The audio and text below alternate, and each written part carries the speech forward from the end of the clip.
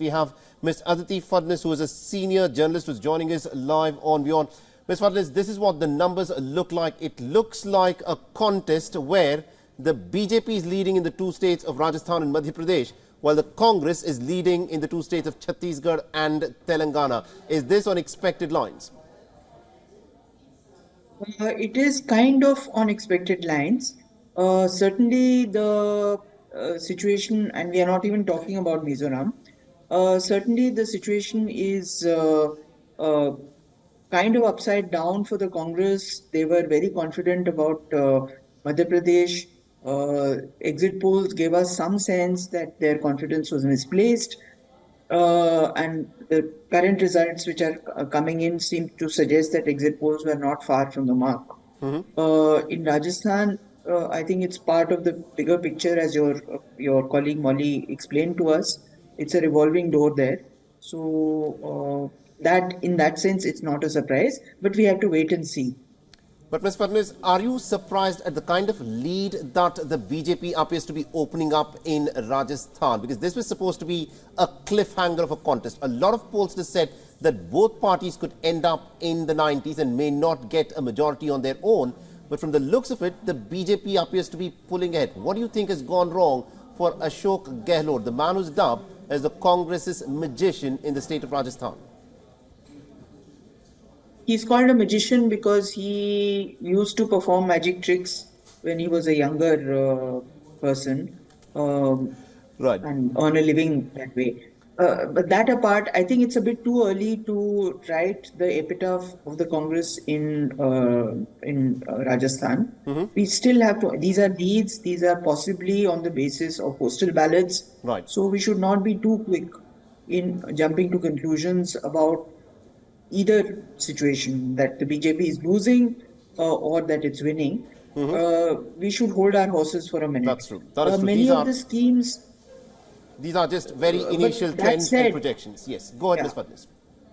But that said, I think many of the policies that Ashok Gehlot had put in place were actually sort of second cousin, once removed of the policies that the BJP had put in place. The Bhamasha scheme, for instance, which Vasundhara Raje's second government started, was extremely popular, and so were many other schemes of social security.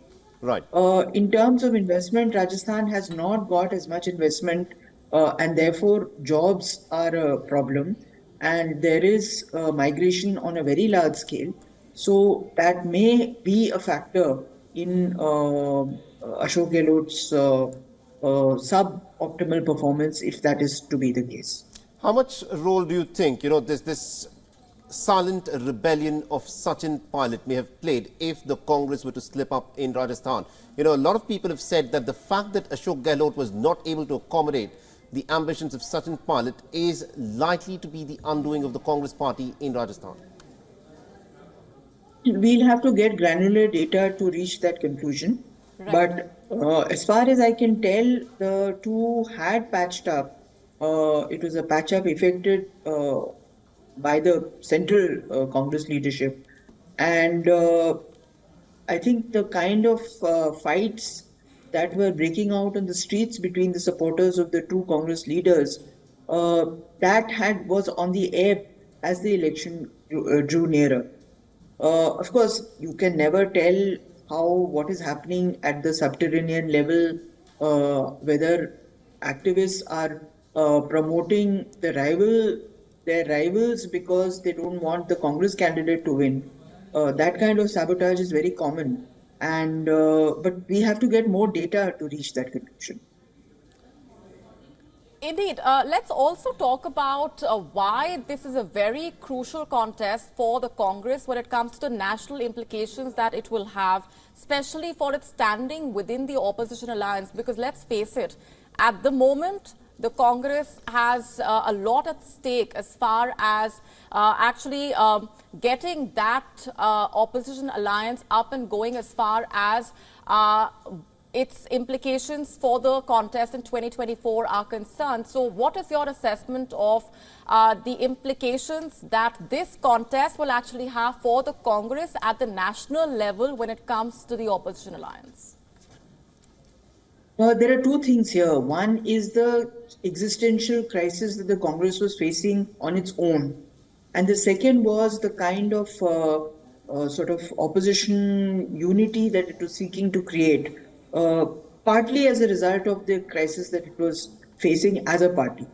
So I think if you talk about the leadership of the Congress in opposition movements, if they win at least 3 out of 5 elections, I think it will be indubitably and undisputably established that they continue to be the largest pan-India party in the opposition, and therefore will establish their credentials as a party that can lead the opposition unity moves, which many, as you know, have been questioning.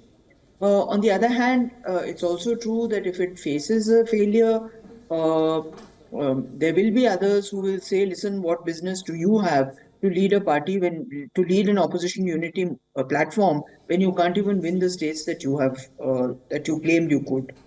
So both ways, a lot hinges on these elections for opposition unity moves, and well, we have to see how that works out.